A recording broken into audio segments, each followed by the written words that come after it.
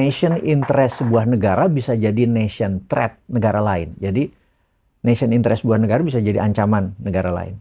Nah, ancaman kita ini kalau kita lemah, nggak punya daya tawar, ya ditelan sama mereka. Jadi apakah Amerika mau ngambil wilayah udara Indonesia? Kalau perlu wilayah laut pun diambil sama Amerika. 100 juta kemudian menjadi 1 miliar. Dari 100 juta ke 100 miliar, 1000% garansi Anda nggak bisa jadi pegawai. Bener berarti. Tapi bukan berarti Anda menghentikan pegawainya ya, bukan. Anda harus punya multiple streaming of income. Iya kan? Tetap sebagai dokter ya, tetap sebagai lawyer ya, tetap. Tapi mulai membagi. Dan kerja Anda sibuk-sibuk karena Anda, waktu Anda memang udah hilang, tanggalan merah udah nggak ada. Iya, Pak. Biru semua sudah, hari Minggu ya biru gitu kan. Karena di sini orang ngerjain ini sampai nanti Anda ketemu. Jadi jangan pernah berpikir autopilot, membuat SDM. Nggak bisa, udah gue ngomong apa adanya gitu. Nah, begitu 1 miliar pertama, nah kita mulai berani membangun tadi other people. Dan ingat, anak tuh bukan diwarisin duit loh. Anak itu diwarisin skill. Gitu, jangan pernah ngewarisin duit ke anak. Ngewarisin skill. Ngewarisin kegagalan hidupnya. Gitu. Jadi kalau dari muda itu melakukan ribuan kegagalan, ya udah kegagalan nggak ada space-nya lagi, udah gagal terus. Menarik. Iya kan? Jadi sukses itu ternyata hanya perlu 1 kali lebih banyak dari kegagalan, that's it. Lu gagal 1000 kali, lu coba 1001, yang 1 itu yang sukses.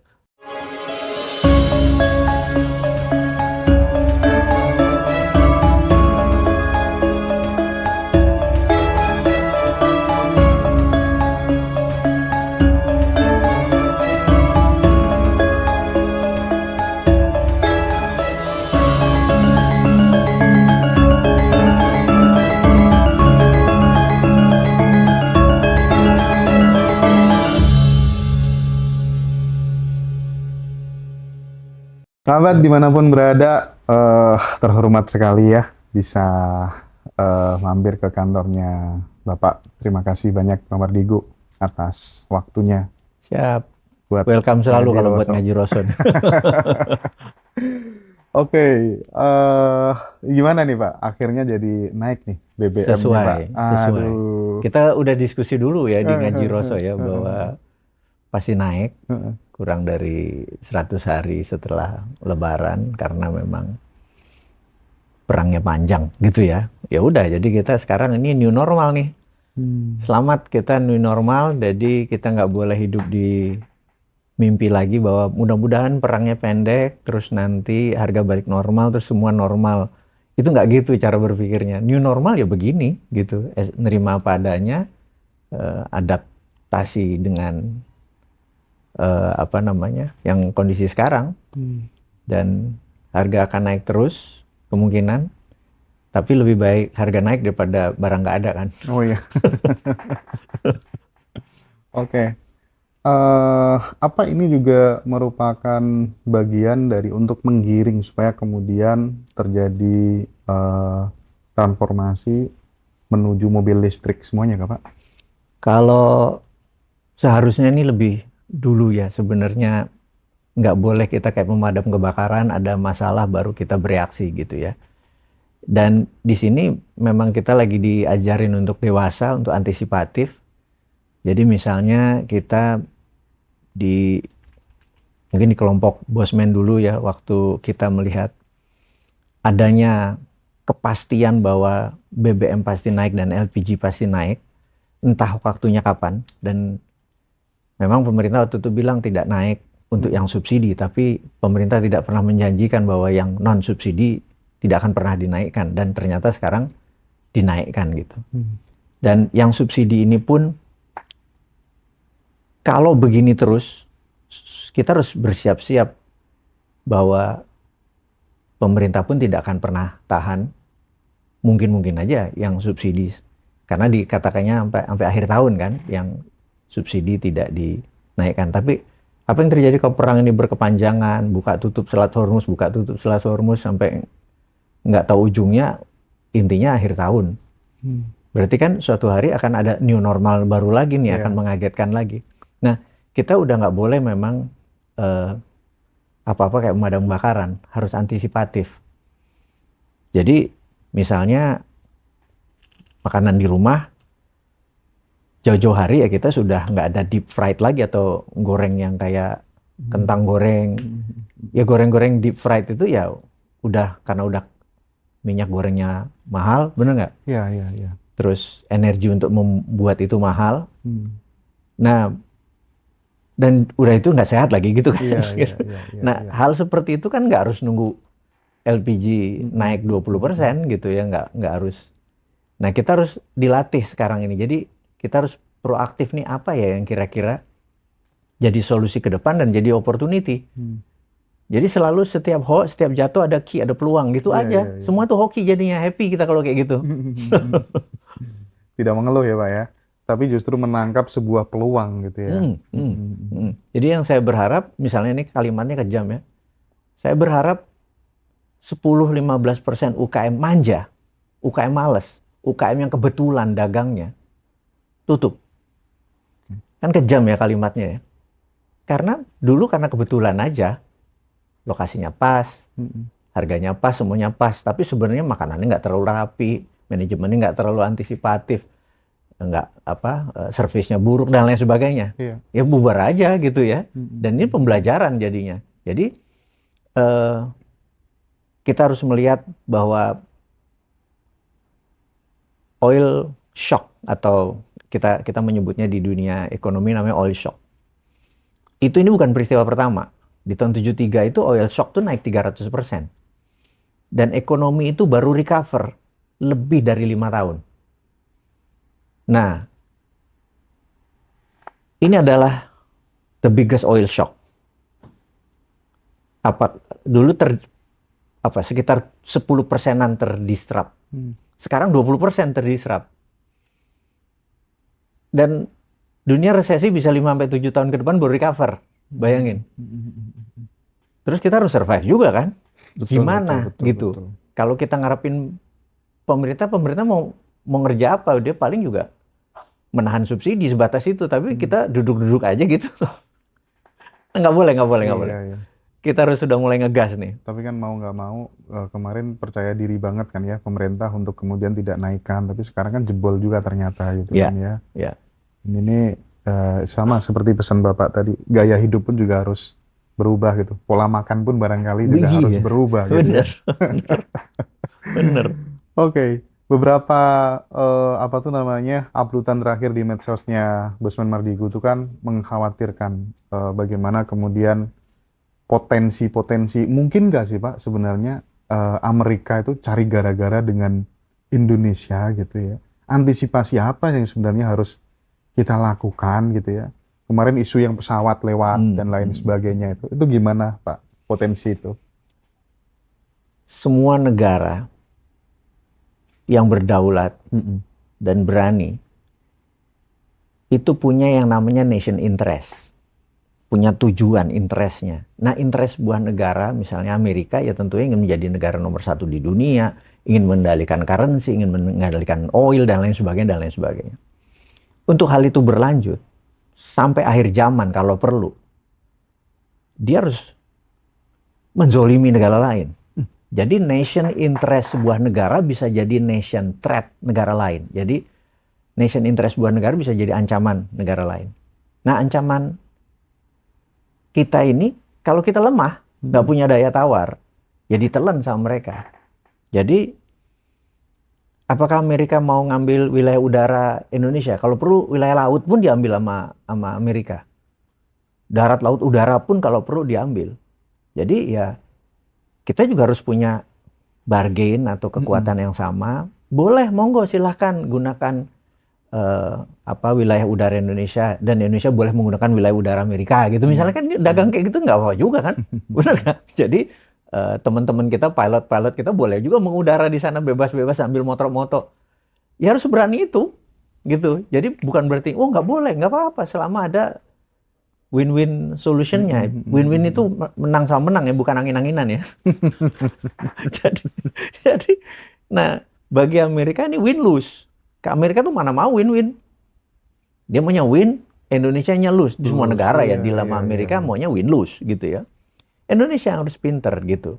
Jadi saya nggak tahu nih dealnya apa menggunakan wilayah udara kita untuk angkatan perangnya Amerika. Dealnya apa? Kita mendapat apa gitu ya.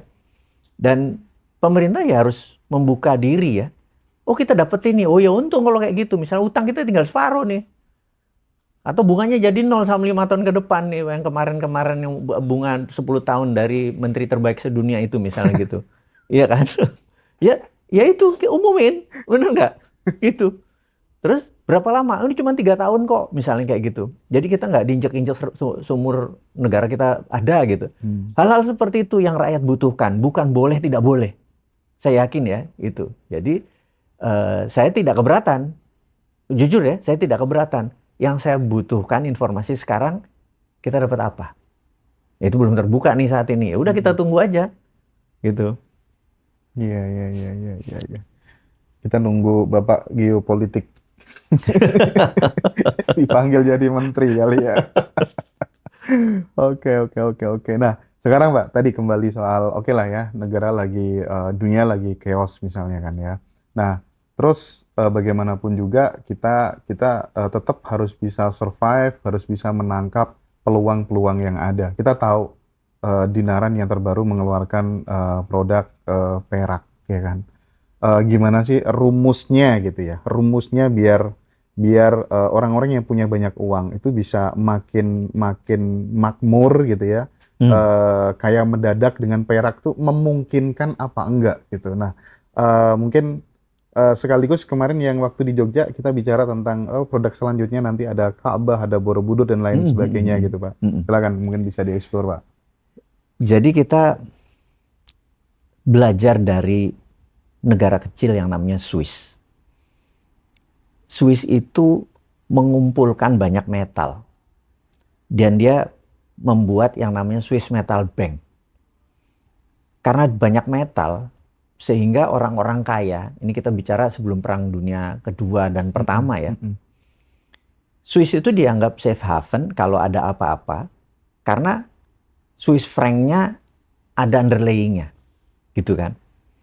Dan benar Perang Dunia terjadi, banyak orang kaya menaruh uangnya di sana. Nah, itulah yang membuat Swiss menjadi negara kaya. Saya juga jadi kepikiran, kenapa enggak idenya Swiss menjadi negara kaya itu kita personalize. Kita personalize itu artinya kita jadi Swiss Metal Bank. Jadi di sini adalah Ngaji Roso personal bank atau Mas Hendra personal bank atau Bosman personal bank. Jadi apa tuh? Jadi kita mengumpulkan portfolio, ngambilin emas, ngambilin perak, kita simpenin. Karena ini masa yang kita tidak tahu, bikin duit di masa resesi itu nggak mudah. Karena rumusnya di masa resesi itu adalah cash is king. Cash itu artinya benda-benda yang kita harus invest adalah benda yang sangat liquid, yang bisa dijual kapanpun. Perak bisa dijual kapanpun, emas bisa dijual. Atau jadi alat barter. Kalau kau nggak dijual, oke aku mau emas muda, aku mau perak muda, itu bisa jadi alat barter. Sementara kalau kita pegang uang fiat, ini kita bicara sangat ekstrim ya. Karena ada analisa dari pengamat militer internasional, mereka mengatakan kalau Indonesia memberikan wilayah udaranya, dan itu sangat tidak disukai oleh hegemoni yang lain seperti Rusia atau China gitu ya. Sehingga mungkin nggak medan perang atau battlefield berikutnya ada di Nusantara. Itu analisa cukup mengagetkan, ada di Indonesia. Waduh, Indonesia kalau jadi battlefield atau tempat perang, kita aja nggak kena perang aja terdampak, apalagi ada peluru yang lewat, bener nggak? Gitu ya. Dan ini kan akan chaos. Kira-kira uang fiat rupiah itu kita lari ke Singapura, ada yang mau ngambil nggak tuh orang Singapurnya, bener nggak? Iya betul. Wah, harkat kita bisa dilecehkan itu rupiah kita. Oh, di situ tulisannya 17.100. Singapura bilang, enggak. 100.000 aja gue nggak ngambil katanya. Bener nggak? Nah, pada saat itu, masa kita ngegeretnya itu Iya, gitu ya. betul. Yang paling aman adalah ya logam mulia gitu. Jadi ini selalu logam mulia ini di masa wartime, di masa perang, sangat menjadi benda yang ya safe haven ya, benda yang penyelamat. Jadi teman-teman yang diharap adalah kita pribadi udah nggak usah mikirin negara, nggak usah mikirin Indonesia mau kemana. Kita punya personal metal bank. Kumpulin karena jauh lebih powerful daripada fiat money. Nah, itu rumus selain nanti kita punya aplikasi yang setiap saat bisa untuk tukar-tukar exchange ya. Jadi Dinaran adalah portable metal changing atau bukan portable money changing. Kalau portable money changing kan uang yang ditukar. Kalau ini metal yang ditukar gitu ya. Portable bisa dibawa kemana aja. Besok mungkin tanggal 20 Mei ulang tahun kita ke-6. Kita mau demo, bahkan QRIS kita bisa kita pakai bertransaksi di Singapura. Kita mau bener-bener nyoba, nih kita beranjak nih, ini perak gue beli sekian, nilainya sekian, kita belanja di Singapura pakai itu ya. Jadi digitalnya, transaksinya udah bisa berunderlaying dari ininya kita, perak kita. Tapi balik lagi, year to year, perak saat ini sudah naik 30%. Maksudnya year to year itu maksudnya April ketemu April ya. Betul. April kalau bukan tahun lalu, kalau tahun lalu 100 sekian persen, ya April, udah sekian persen. Investasi apa di masa resesi yang nilainya segitu? Bener nggak? Iya, Pak. Kita nggak janji bahwa nanti dari Aprilnya sampai April tahun depan akan 50%. No, kita nggak janji kayak gitu ya. Terus bosnya bilang naik 50, ternyata naiknya cuma 20 atau nggak naik gitu ya. Kita jangan melihat saat ini kalau berinvestasi itu naiknya berapa. Tetapi logam mulia adalah untuk uang Anda dipageri, nggak bakal lebih loss. Itu dulu prinsipnya. Berarti 100 juta kita beli sekian gram itu kekunci sudah, nggak bakal lebih loss. Gitu. Itu prinsipnya dulu. Kalau naik alhamdulillah. Gitu ya. Nah, jadi saat ini memperlakukan logam mulia adalah sebagai hedging namanya. Hedging itu pagar. Ya. Nggak bikin miskin lah ya. Nggak bikin miskin. Nah, gitu. itu tuh yang harus diingat. Pertanyaannya, benda apa yang tidak bikin miskin? Oh, misalnya properti gitu ya. Yes, saya bilang properti memang bagus. Tapi Anda kan nggak bisa beli properti 2 juta kan? Bener nggak? Nggak bisa beli properti kecil-kecil gitu ya. Properti harus 100 juta, 200 juta gitu. Kalau sekarang Anda bisa ngumpulin dari sedikit-sedikit tadi.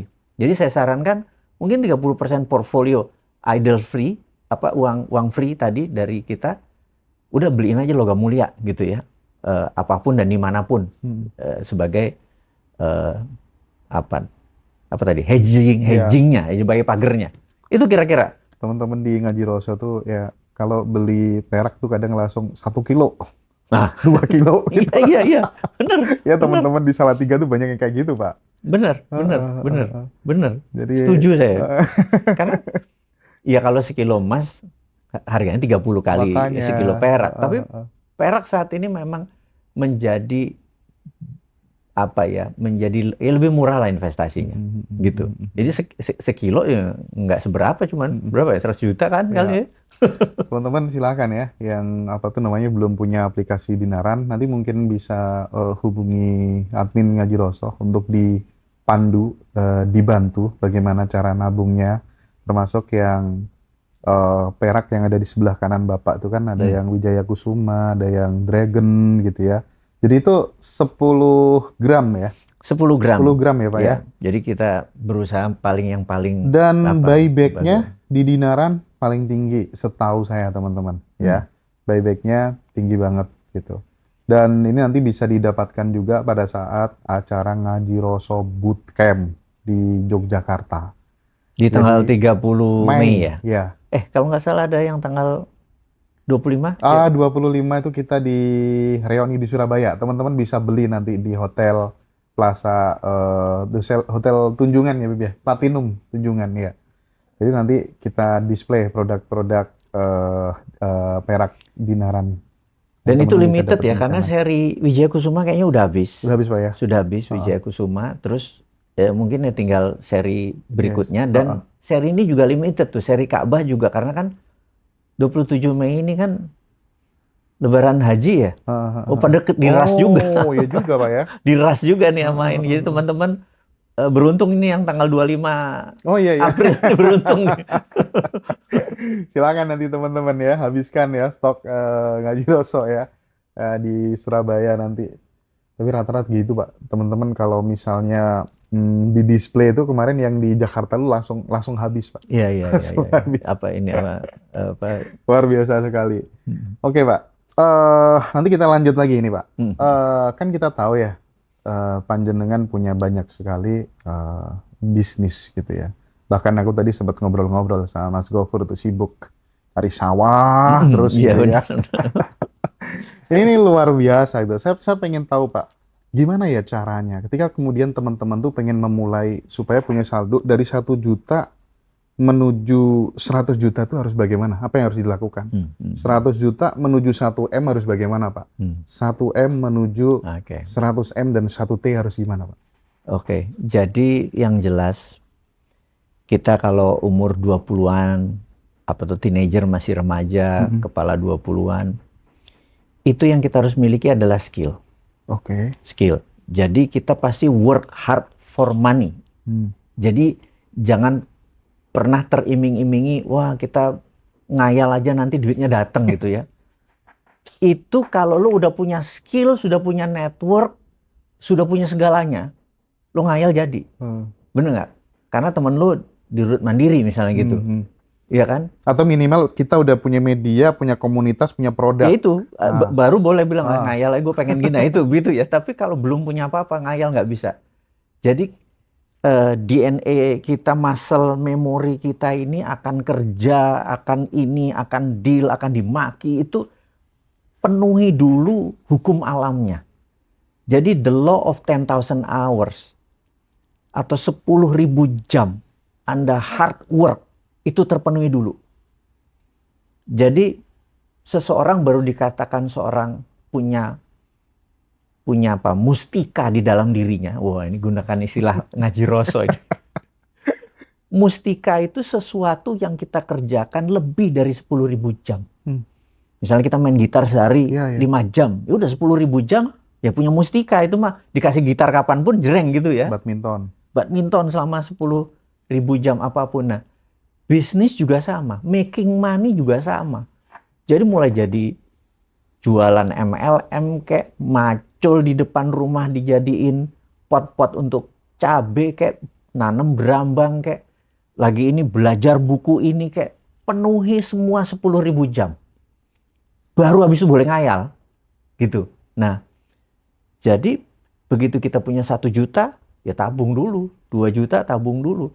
Jangan pernah bergerak di bawah 100 juta free cash. Ingat ya. Jadi jangan pernah investasi di bawah 100 juta free cash. Gitu. Jadi kalau udah punya free cash 100 juta benar-benar free, kita masih punya sebagai pegawai, kita masih punya sampingan jadi ngajar atau apapun, terus punya 100 juta. Nah, 100 juta itu mental kita adalah hilang-hilangan. Ini harus ingat nih. Karena di dalam investasi itu is not how much money you can get, tapi how much money you willing to sacrifice. Bukan berapa besar uang yang lu berani dapat, tapi berapa besar lu berani. Nah, ini mentalnya hilang-hilangan nih. Gitu. Tapi bukan hilang-hilangan itu bukan berarti dikasih ya. Jadi kita misalnya, gue mau belajar nanam lele, misalnya kayak gitu, atau beternak lele gitu. Kita belajar, mungkin bukan 100 juta kita cemplungin, 20 jutanya tuh kita belajar ke sana, belajar ke sini, belajar ke sana, belajar ke sini, cari mitra. Nanti mitranya ngabur, wah itu masuk lagi tuh ke perjalanan-perjalanan. Jadi nomor 1 saya sarankan ke teman-teman, hilangkan vocabulary rugi.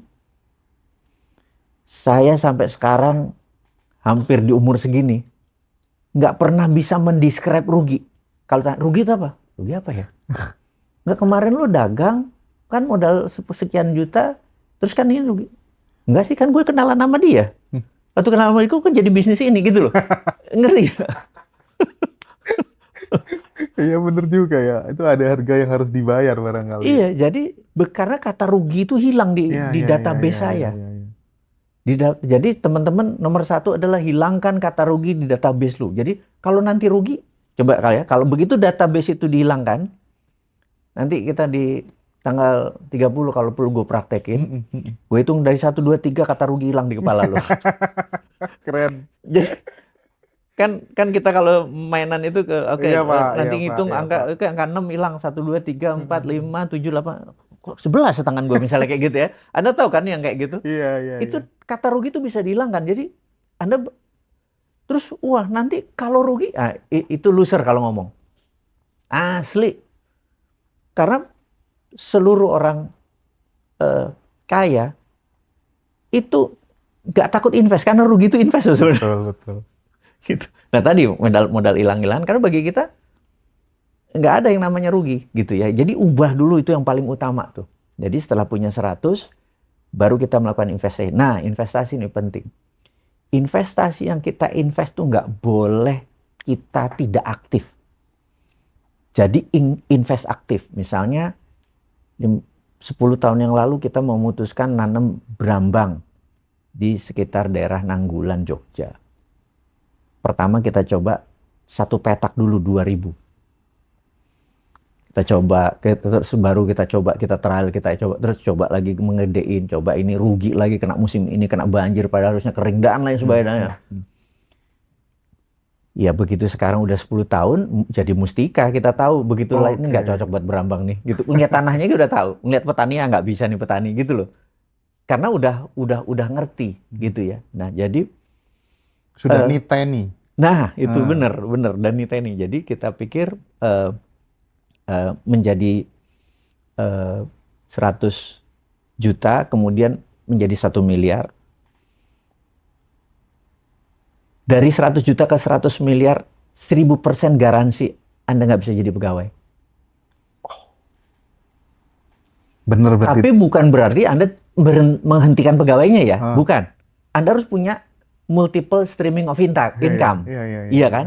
Tetap sebagai dokter ya, tetap sebagai lawyer ya, tetap. Tapi mulai membagi.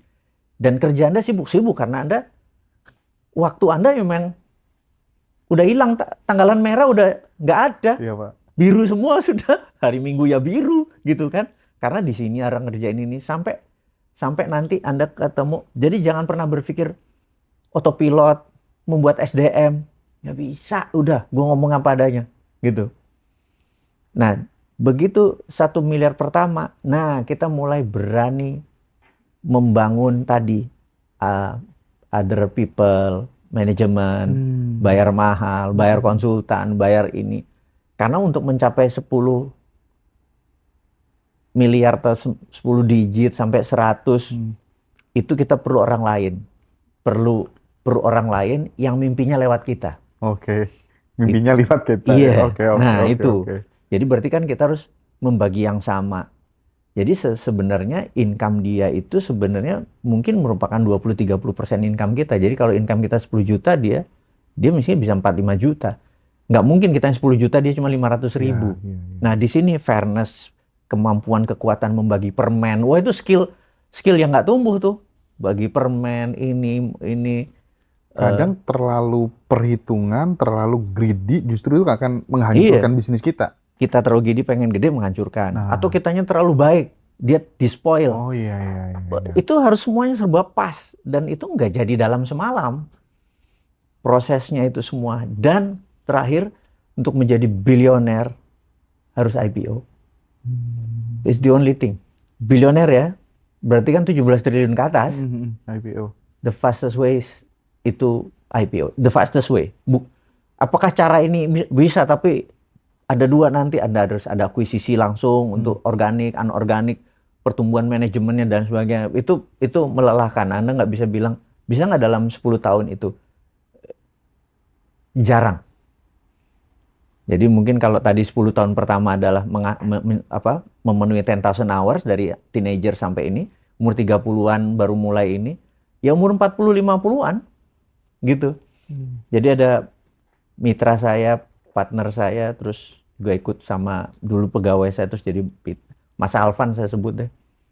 Dia nanya, Pak mungkin nggak dalam kehidupan saya kekayaan saya jadi 20 triliun. Dalam kehidupan saya. Apa jawaban saya? Gue garansi 100% anak lo ya. Paham kan? Kenapa? Anaknya udah punya modal lebih cepat untuk dapat 20-30 triliun. Oke. Dia, yuk, lu paling mentok palingnya 5T gue bilang gitu. Oh iya. Ntar lu ketipu lah, inilah ke itulah gitu. Dan ingat anak tuh bukan diwarisin duit loh. Anak itu diwarisin skill. Gitu. Jangan pernah ngewarisin duit ke anak. Ngewarisin skill. Ngewarisin kegagalan hidupnya. Gitu. Jadi kalau dari muda itu melakukan ribuan kegagalan, ya udah kegagalan nggak ada space-nya lagi, udah gagal terus. Menarik. Iya kan? Jadi sukses itu ternyata hanya perlu 1 kali lebih banyak dari kegagalan, that's it. Lu gagal 1000 kali, lu coba 1001, yang satu itu yang sukses. Jadi sukses itu ternyata punya 1 kali lebih banyak dari jumlah kegagalan lo. Jadi jangan takut gagal. Makanya ya, di titik ini gitu saya simpulkan nggak ada memang sukses yang instan tuh nggak ada. Sukses yang benar tuh seperti Pak Mardigu sampaikan, harus pelan-pelan dan terkadang perlu dikopiok sama kehidupan, Bener. dihancurkan, dibunuh karakternya, kepahitan-kepahitan tuh sampai benar-benar akrab dan kita tahan gitu Pak. Akhirnya kita true wealth atau kekayaan yang sebenarnya itu akhirnya kita bisa ngerti bahwa waktu kita neguk kopi itu, alhamdulillah enak banget. Anda bilioner. Neguk kopi dengan perjalanan waktu 30 tahun. Beda dengan Anda sebagai pejabat, dapat gebukan dari korupsi, neguk kopi. Garing bos. Garing percaya gua. Nggak ada ruhnya tuh, enggaknya itu nggak ada. Oh terlihat bagus, terlihat keren. Tapi hati gue tahu dah, bener nggak? Been there, bener nggak? Gue pernah merasakan itu, gue pernah tahu itu bahwa nikmat ternikmat itu memang tadi. Oh, apakah dengan menjadi pejabat? Oh bisa, lo jadi pejabat, lo bisa. Lo main dengan regulator, bisa. Lo buat peraturan dengan DPR, lo mainin, lo bisa. Tapi kopi yang lo minum, gue tahu hambar. Gitu. Gak enak hidup kayak gitu. Nih, gue bisa ngomong, gue hampir kepala 60. Been there, gitu loh. Pernah gue melakukan itu semua. Pernah kita melihat itu semua. Begitu kita ketemu sama teman-teman yang dapat duitnya keringetan. Rekeningnya 12 digit. Ngomong nih, terakhir ngomong.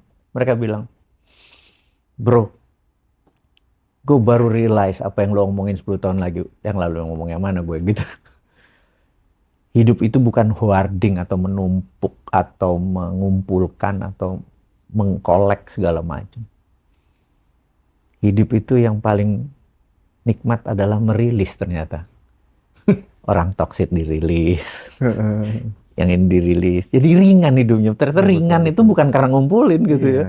Jadi ya nah lo ngerti sekarang. Dan itu skill gitu. Iya itu skill gitu. Dulu kita masih muda ngumpulin ilmu, kita kumpulin teman, kita kumpulin yang genggam ya Pak ya. Semua kita kita genggam gitu. Nggak apa-apa. Suatu hari kan kita kan kok Ono wayai Pak ya. Iya. Kok capek ya gue ya? Genggam perasaan orang, genggam mikirin orang, genggam pendapat orang, katanya. Gila kita pegangin gitu. Suatu hari wes dirilis itu semua. Gitu, dirilis itu semua. Genggam perasaan orang gitu ya. Jadi mainnya kita adalah releasing. Yes. Kemarifatan itu memang melepas tadi. Iya. Wah, gue bilang lo bener. Nanti lengkap teman-teman di tanggal 30 Mei itu ya teman-teman ya. Ada inner child meditation, ada vision board ya. Teman-teman diajarin the creative consciousness ya. Terus Bapak nanti Pak Mardigu akan ngisi subliminal program dan mengaktifkan ide-ide besar yang bernilai miliaran.